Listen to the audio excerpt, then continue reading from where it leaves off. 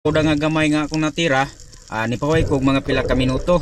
Ug mo nang nibalik og salom dire kay basig mawala na sila ba. Mo nang nibalik og salom dayon para matira nato kung unsang isdaan na diha. Ug mo na guys, sus pagsalom na ko diha guys kay wala magi ko nasipyat na ama jud sila daghang kayo og gatapok. Ug nang hikap-hikap ko diha og mga katong tambok-tambok, namili og tambok.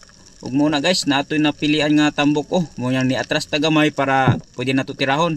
Tuwara guys, pag duol sa tambok, pitikan din nato. Tuwara, tulili ko sa pole, na spine shot na po nato. Ug lipay na po kayo. Ito, ani guys, kay dako-dako na ni. Medyo apit na ni medya gramo. Medya gramo.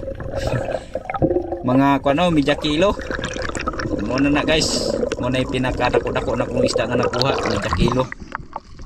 Og muna niya to ang last nga video guys ha. Kay ako ang GoPro ani nga time, kalubato na. Pag abot na ko sa taas, ang kamera na lubat na.